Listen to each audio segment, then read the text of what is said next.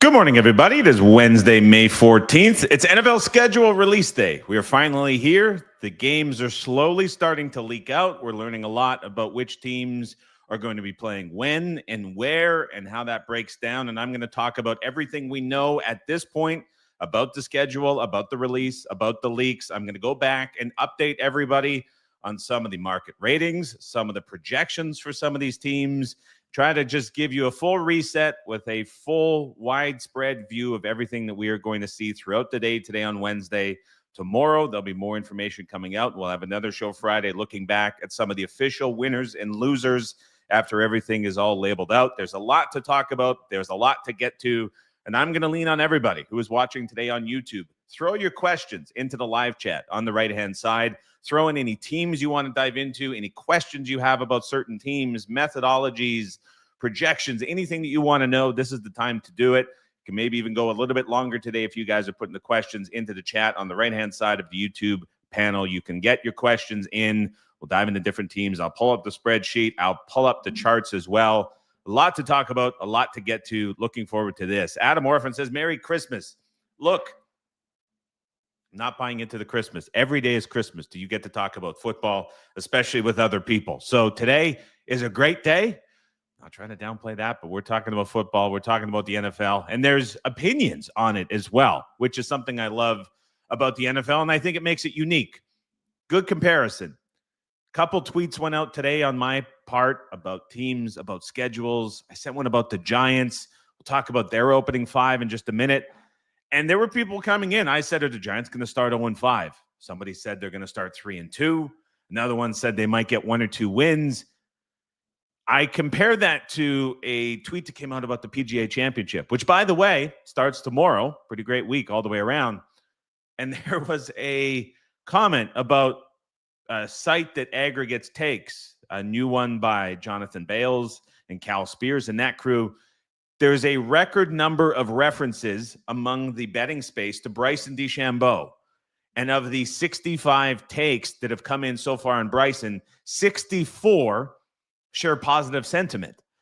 And so what I like about the NFL is even in May, months away from week 1 starting in the regular season, we're having a diverse range of opinions with some conviction behind them. These aren't just easygoing takes. Comparatively with golf, everybody gets to the same conclusion on every single guy every single week. That's why I love the NFL.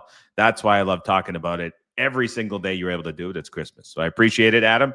Enjoy your big weekend coming up, and I look forward to hearing about your PXG fitting. Full bag. Awesome. Looking forward to that as well. Dan McDuff, fired up. LFG, I hear you. Any questions that you guys have, get them in the chat. We'll go through it. Let's start off with just a refresh. RAS Picks, the NFL service, now live for 2025. First release, it is official, tomorrow, 2 p.m. Eastern Time, 11 a.m. Pacific Time.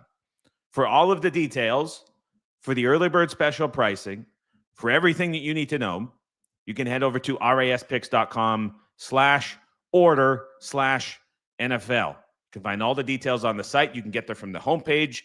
You can get there direct. Everything you need to know about the NFL service is now up on site. The first release is tomorrow, May 15th, 11 a.m. Pacific, 2 p.m. Eastern Time. First futures release of 2025 will be going out. So head over to the raspicks.com website for all of the details. And if you're not already following, footballbetters.com, free email newsletter, full updates going out. There will be another one sent out tomorrow morning around this time, updating you guys, winners, losers, what to expect, and what you need to know about what happens later today. Footballbetters.com, free email newsletter to sign up. Toughest 5 schedules. As we pull up the spreadsheet, we'll update everybody as we go.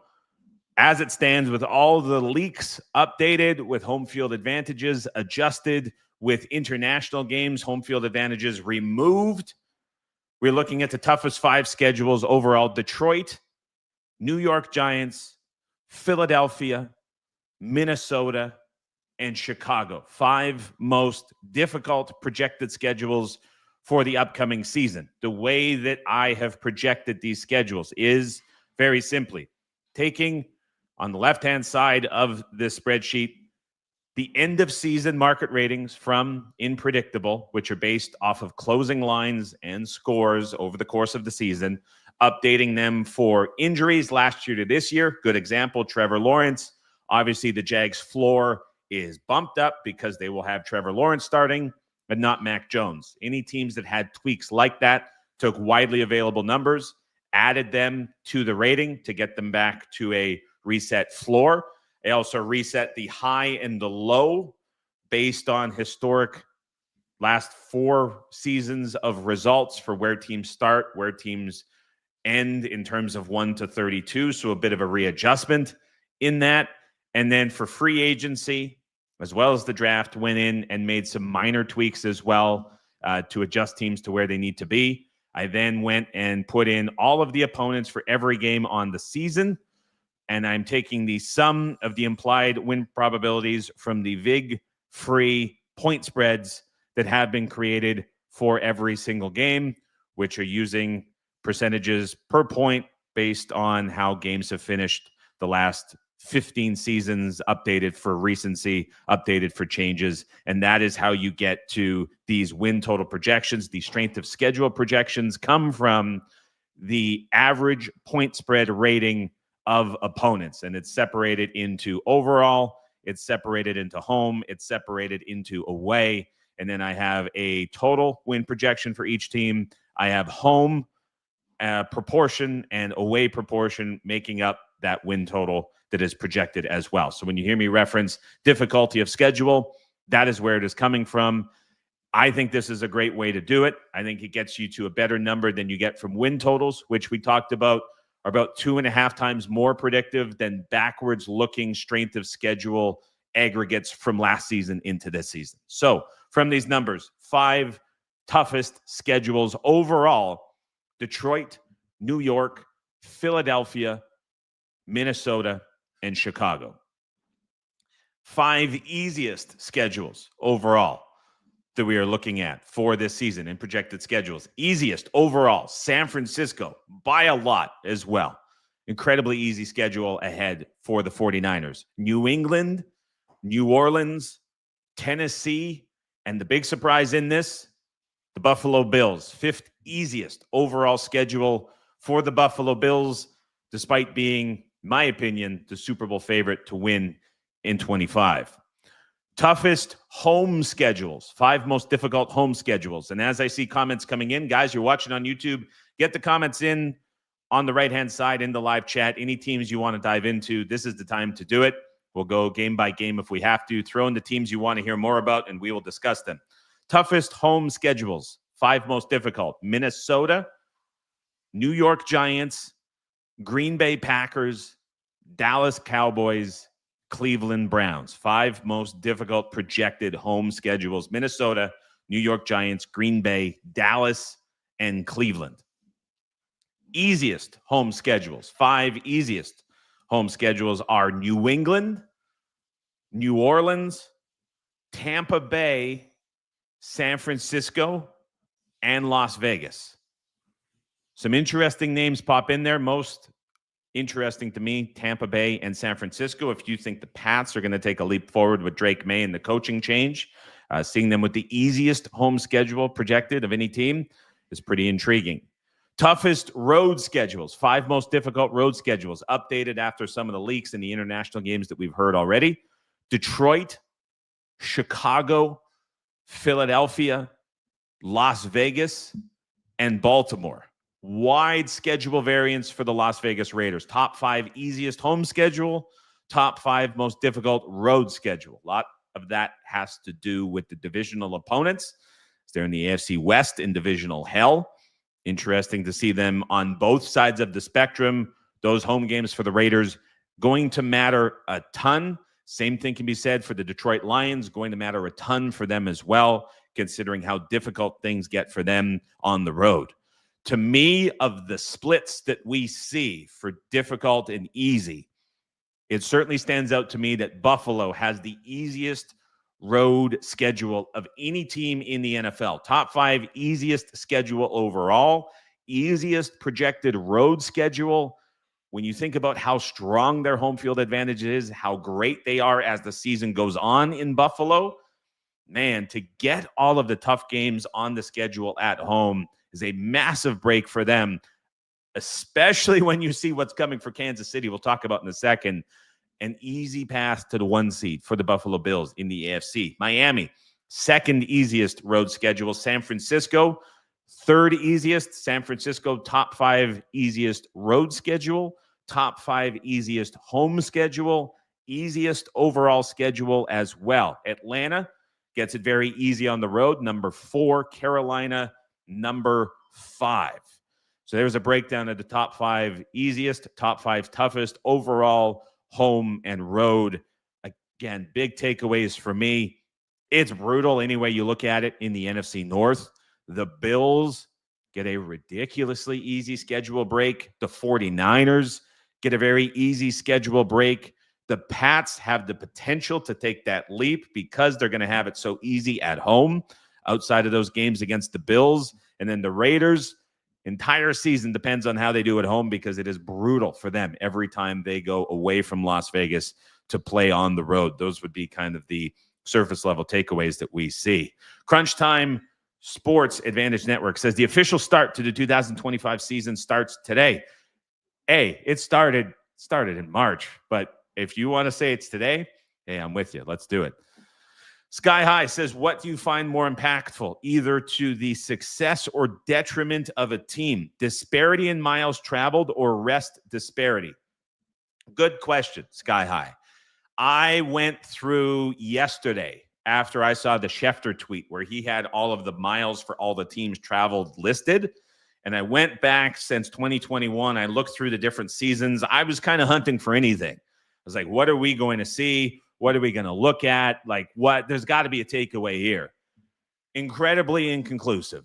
Found very little impact. And that's quite simply because a couple things. First, teams don't change where they're located. So Cincinnati, year after year after year, is a team that has to travel one of the shortest distances. You always see them way at the bottom. A team like Seattle is always going to be incredibly high for the distance that they travel. Same thing with the Chargers. Similar thing to what we're seeing with the Raiders. So almost every single season, we're seeing these teams put into the same buckets for teams that have to go a long distance, teams that do not. So I think that's one factor that makes it very noisy. The second thing that I would say, and it's a difficult thing to measure, but when you see it referenced so often by teams, players, coaches, the increase in sports science and teams not only being able to travel more effectively, more comfortably, have their bodies more prepared to play games compared to 10 years ago, even 5 years ago, is significant. And I think that is part of the reason why we are seeing the home field advantage league-wide really come down. Another thing that stands out to me here, Sky High, is when we think about the availability of tape, the availability of tools to parse tape, the widespread adoption of analytics within staffs across the league, as well as the availability of data and player tracking. You're seeing a lot with Amazon come out. The ability for these teams, once the game is over, to start preparing in flight almost immediately is significant too. So I think that is negating a lot of the impact that travel has, in addition to some of these teams and just where they're situated, just not being able to overcome. And they have it every single year. I mean, a Seattle team is always going to have to travel a very far distance of where they're located. So in your question specifically, rest disparity, in my opinion, matters more than the disparity in miles traveled. And I would have a pretty high level of confidence behind that. There's differing opinions on the rest disparity and the impact it has. We're going to hear a ton from Warren Sharp in the next 48 hours about net rest advantage, about specifics for rest advantage. But then you're going to hear guys like Stats by Lopez who say there are no statistical oddities that imply that rest disparity has an advantage when compared to the betting market. Here's the key thing to look at. I don't know for certain, but I'm have a pretty high level of confidence that Warren is probably looking at very early numbers in the market, and Michael Lopez is probably looking at numbers at close from the market. Some of the tools that I would guess both of these guys are using, if I had to kind of pinpoint it based on other stuff that they put out, one is very likely pulling closing line data. One is pulling early market opening line data or best available data to complement what stats they tend to push out and do very well with.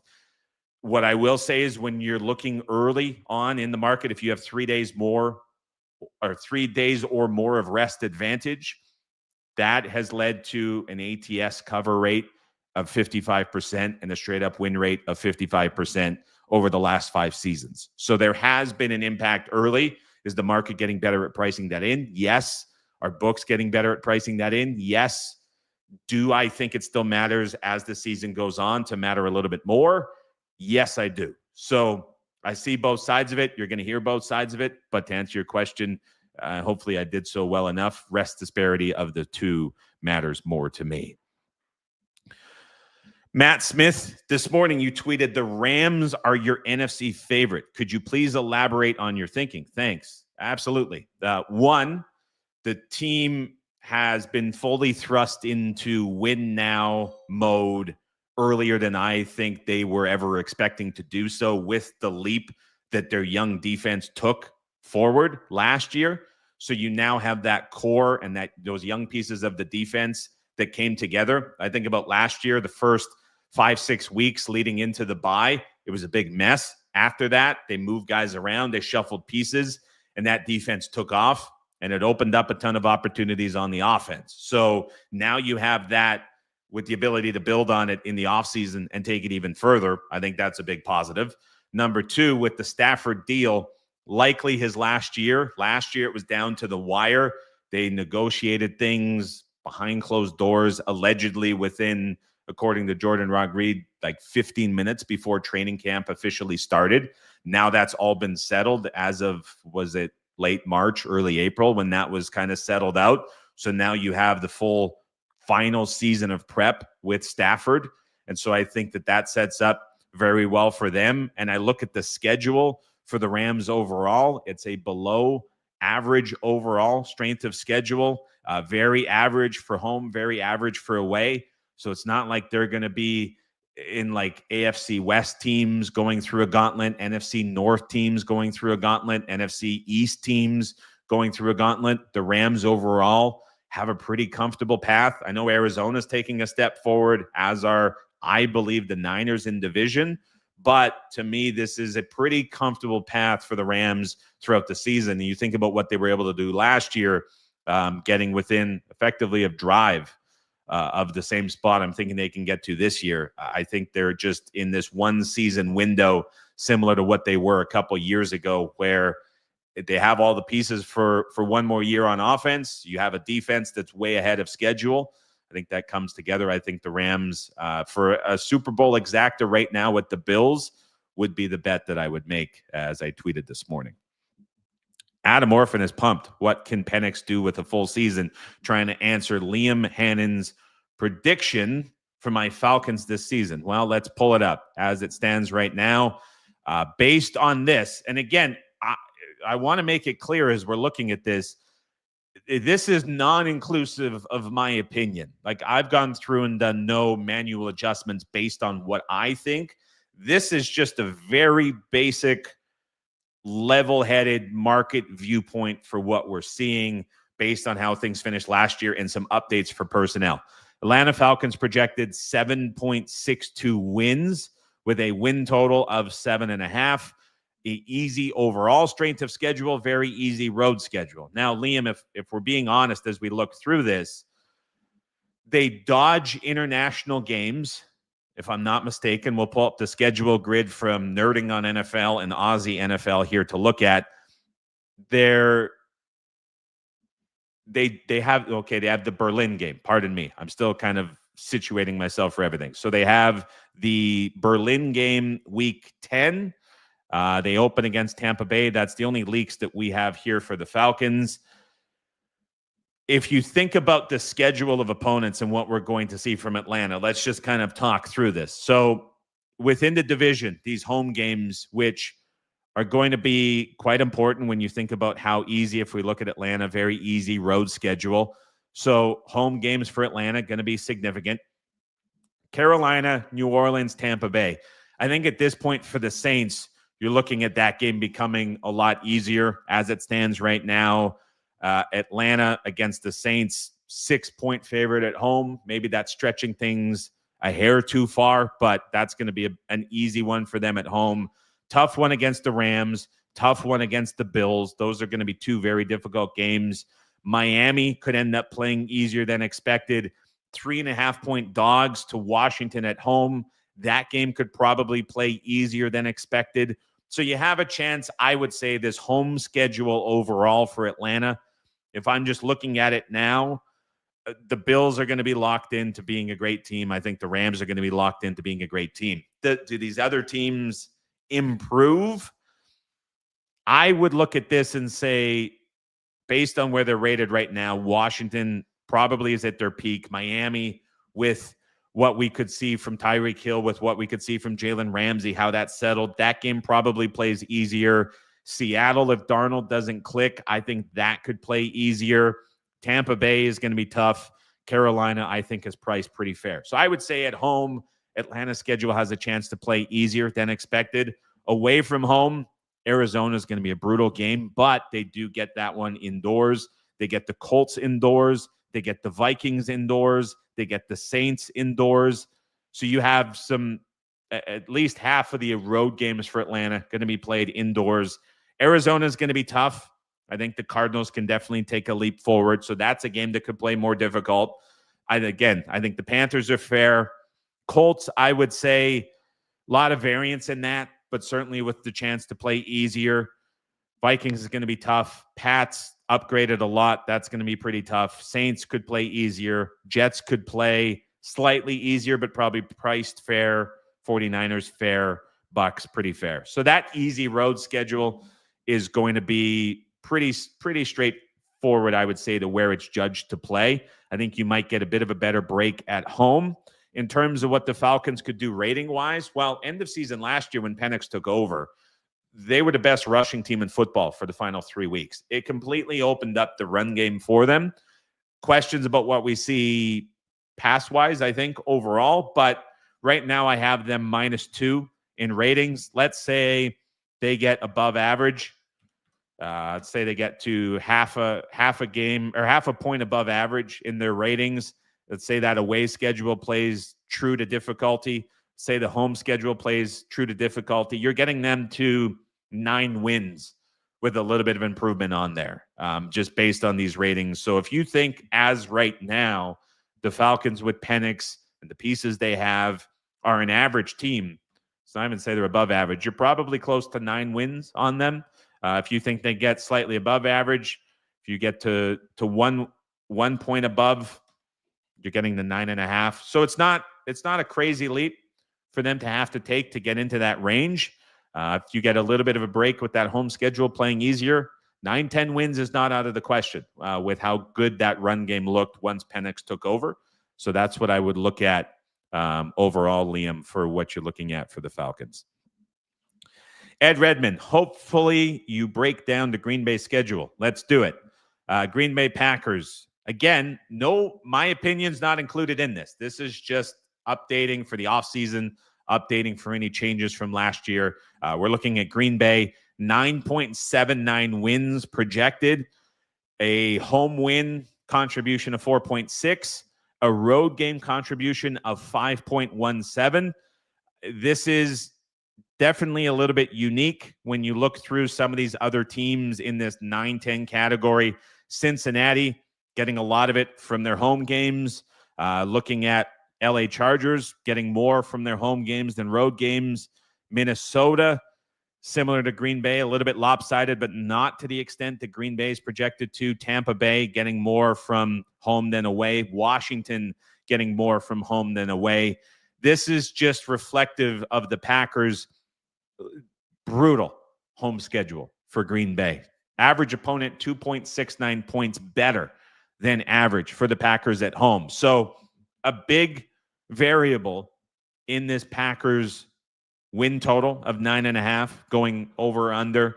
Packers total upside, perhaps making a run and winning the division, very much depends on how they perform at home. So right now I have the Green Bay Packers 3.5 points better than an average team based on these ratings. Let's go down to the schedule. Let's talk about how difficult this is for them at home. 3 division games, brutal. Bears, Lions, Vikings. Going to see the Packers favored against the Vikings. Going to see them favored against the Bears. Probably a pick'em scenario against the Lions. Maybe you can make the case they're going to be a slight favorite. Eagles at home is brutal. Commanders at home, definitely on the brutal side, but maybe the easiest of these other ones as you look at Baltimore and Cincinnati, both teams coming into Green Bay to play as well. So part of this difficulty, not only in how great some of these teams are, but realistically, like which of these teams is going to fall off? Carolina at 3.5 points worse than an average team, I think is priced pretty fair. And you think about how much excitement there is around that team taking a leap. Timing of this game is going to be pretty important. If you get Bryce Young playing outdoors in Lambeau in December, I think you can say this home field advantage for Green Bay is certainly going to tick up. But these other ones, are the Bengals really going to fall off? 2.5 points better than an average team right now? I don't think that's going to get a lot easier. I don't think that Ravens game is going to get a lot easier. Even if the Commanders take a step backwards, that's not going to play much easier than the Commanders, a field goal better than an average team. Eagles, I don't think they're taking a step back. The Lions already priced in a little bit to take a step back at 5 points better. The Bears have a big increase in their rating, but there's a lot of optimism about them being better than expected. So this home schedule, which is going to just really dictate so much for the Packers,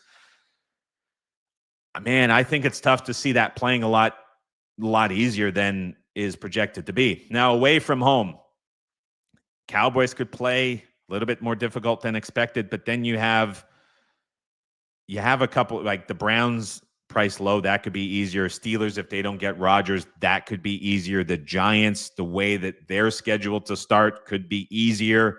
The Lions, depends. I think, again, they're priced lower at 5, but could that play a little bit easier? Maybe.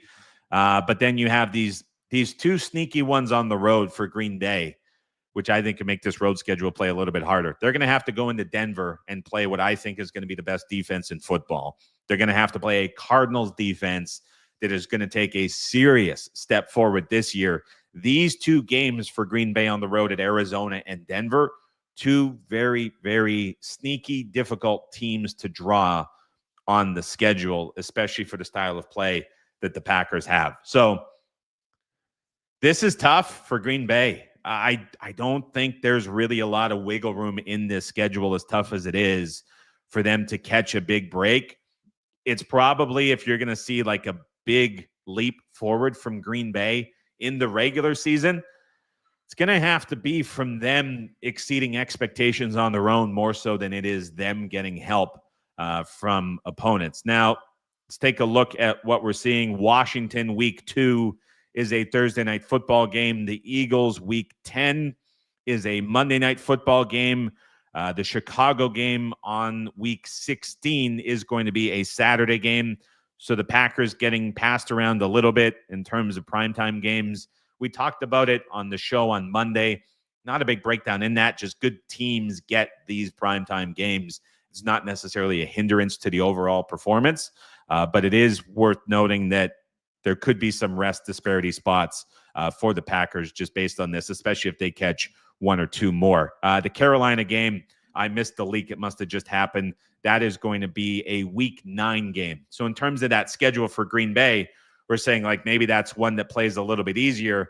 Week 9, can you get early November snow in Lambeau? Maybe, but that's a bit of a bad break for the Packers getting that in week 9 and not week 14 onward. Probably more manageable conditions-wise for the Packers week 9 with the for the Panthers coming in to Lambeau in week 9 rather than coming in later in the season.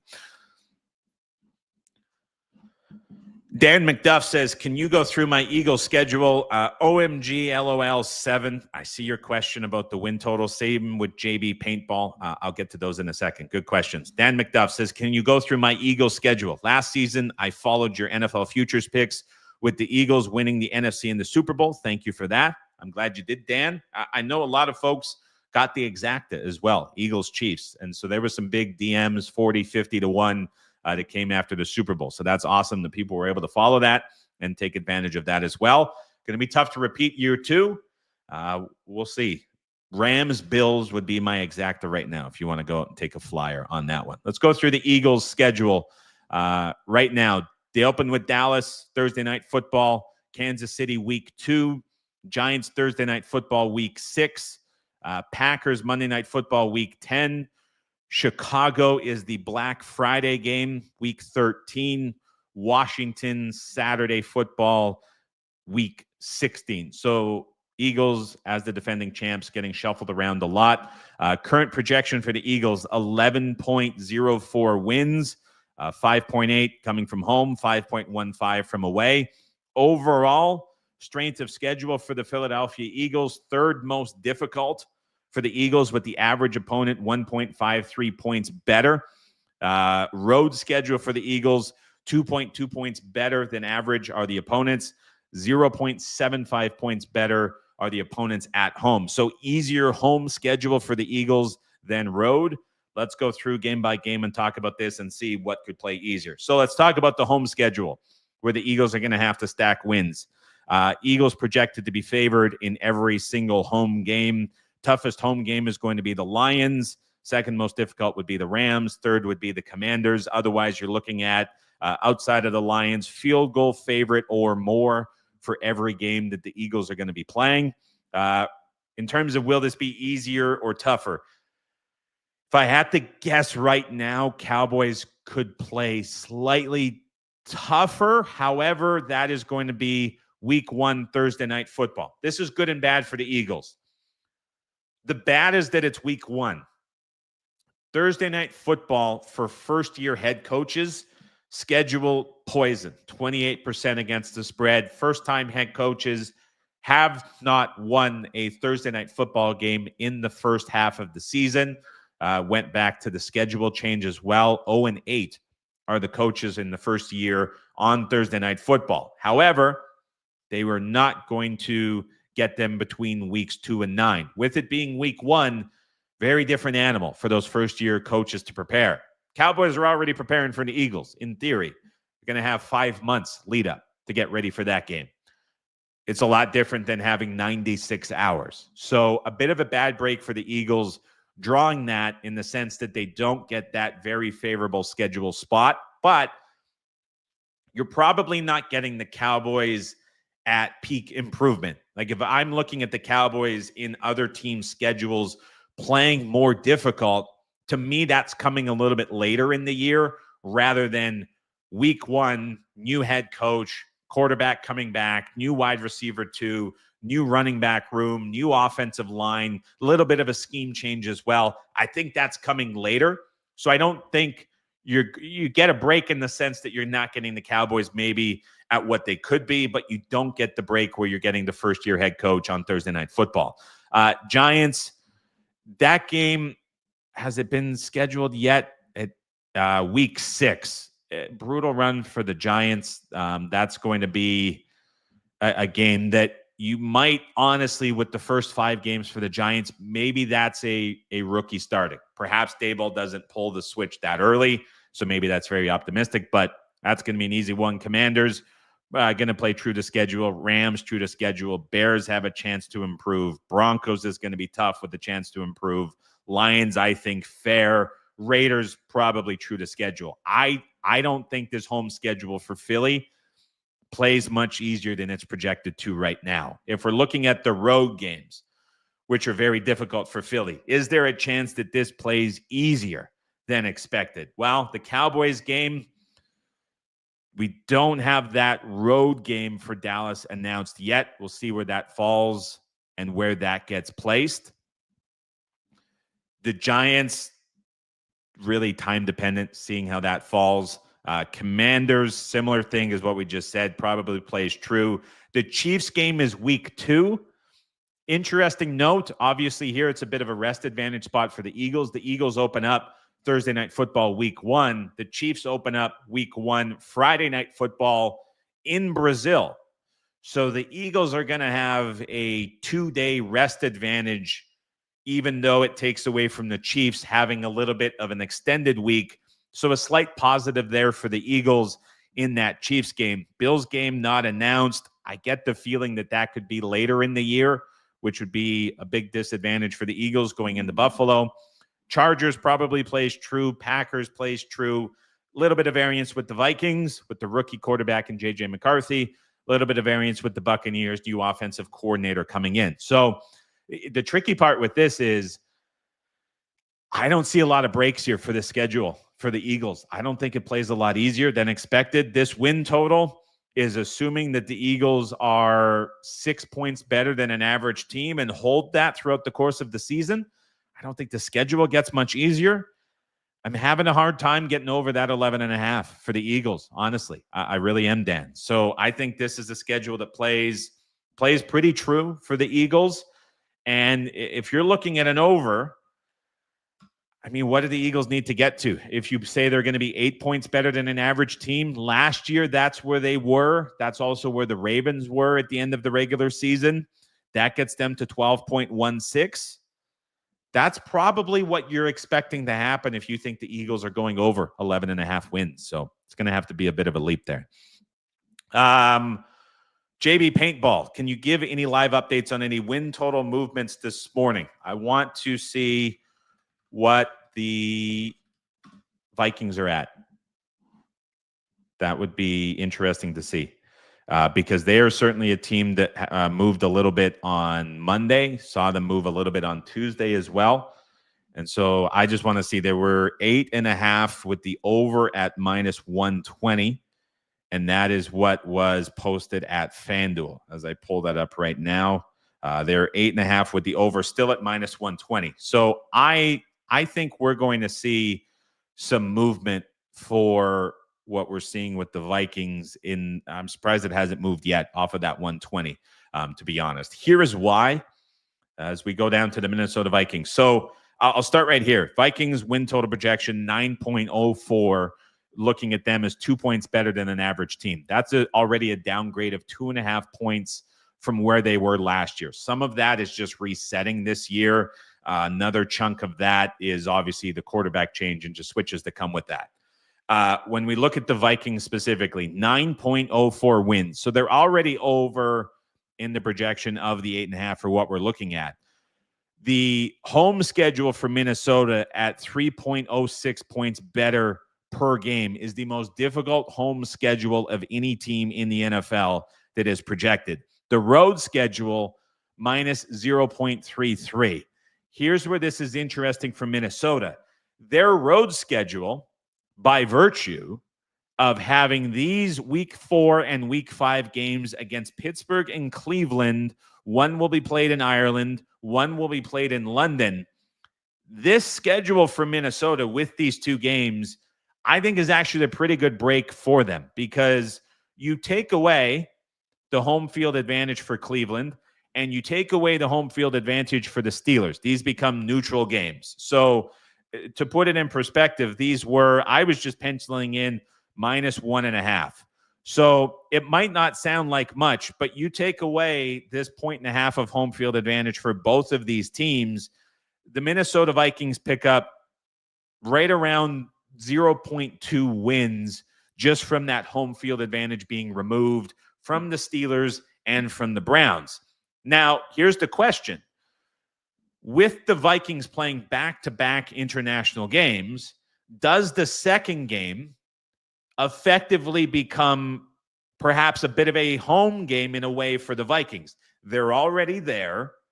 They're not going to have to deal with transatlantic travel. They're already adjusted. They're not going to have to deal with the time zones. They're not going to have to worry about the going early, going late. And it's a team that did it already last year in that same stadium. So did the Vikings maybe even get perhaps a point of home field advantage in that game to change it a little bit? I think that's a fair argument to make. So you have not only the Vikings going from a schedule of 8 home games and 9 road games to now going 8 home games, 7 road games, 2 neutral. Can you make the case that they go 9-7-1? I don't think that that's an unreasonable thing to try to get to from a point in an argument. Another thing that I would say in this as well, these games very well could have fallen late in the schedule. Minnesota is a dome team, plays indoors, going on the road to play in Cleveland and Pittsburgh. As good or bad as those teams might be, it's a home field advantage that's very real. But if those games happen to fall late in the schedule in December, that home field advantage with the weather that could come with it certainly would have a chance to play more difficult than expected. Now Minnesota is guaranteed to have those games not only not be played in those environments, but they're playing them early in the schedule. So that's another concern that gets taken away. Now you look at these other games that are on the schedule for Minnesota. The Chargers is going to be an indoor game. The Cowboys is going to be an indoor game. The Lions is going to be an indoor game. So you already have 1, 2, 3 of your remaining 7 games that are guaranteed to be played indoors. In terms of the way that the rest of this schedule is going to be breaking, where does the Bears game fall? Are you going to get that earlier than later? That would be a break for Minnesota. Where is the Seattle game going to fall? Is it going to be earlier or later? That could be another break for them. Same thing with the New York Giants. If those games end up falling earlier, that road schedule starts to play a little bit earlier. The counterpoint to this would be that now the Vikings have to think and adjust and prepare for the back-to-back weeks in week 4 and 5 early in the schedule. And they're going to have to maybe change the way that they handle week 3 and change the way they handle week 6, depending on where the bye week falls. That's an obvious negative that could work against Minnesota in this case. I look at this as a positive for Minnesota. So you asked about the win totals moving. I'm a little bit surprised to see Minnesota hasn't ticked up from this because they have been downgraded. They have been adjusted down. There's uncertainty with J.J. McCarthy, but I think that this is a pretty big scheduling break for them. In terms of how often and how much movement you see for win totals today specifically, the answer is not a ton because it's already been happening the last couple of days as these leaks have been coming out, and the opponents have been known for a very long time. So things that might matter from what we see the schedule released tonight. Do teams play 3 consecutive road games? That is a 7-16 angle against the team on that third road game since 2021 with the schedule change. Do teams get 3 consecutive home games? That third home game is about a 71% win rate for those teams playing in the third straight home game. So those games in those schedule spots get adjusted. You have a bit of a better chance to win the home games, a much tougher chance to win the road games. So those things get adjusted. You might find half a win here or there. You're probably going to see, I would say, 3 to 4 win totals move tonight. You're going to see another one move tomorrow afternoon, and maybe a few more a little bit later in the day as well. But some of them already have been on the move. The Raiders moved quite a bit. That was more draft related going back than it was schedule. And so there's not going to be just this mass flurry, but you are going to have a couple teams just on the draw for how it starts early or late that are going to stand up. The Giants under has been another one that has been moving already. And I want to bring that up as a potential quirk, if you will. I have some schedule quirks. Look at this opening for the Giants. I mean, you think about some of the changes that they're going through. They start at Washington, at Dallas, at home to Kansas City, at home to the Chargers. They have the Eagles week 6. If I'm not mistaken, the week 5 opponent has already been announced. I retweeted it. I'm going to look. I think the week 5 opponent has already been tweeted out. It is not. So the week 5 opponent hasn't been leaked yet. Art Stapleton will probably on it. But you have Washington, Dallas, Chiefs on Sunday Night Football, Chargers, Eagles. 5 of your first 6 opponents to start. We'll see what happens week 5, but that is as brutal as it gets for the Giants. And you think about perhaps Daboll being on the hot seat, first coach fired, some of the instability that they're going to have. Are they going to end up switching from Wilson to Winston, or Wilson and Winston to Dart? How is that going to be handled? To me, this start for the Giants opens up so many questions and just presents so many opportunities internally. That's really, really tough for them to navigate in many ways. Another team with quirks, certainly not unique for Kansas City to be facing some of the scheduling quirks that we've seen, but here we go. Week 1, Friday night, they play in Brazil against the Chargers.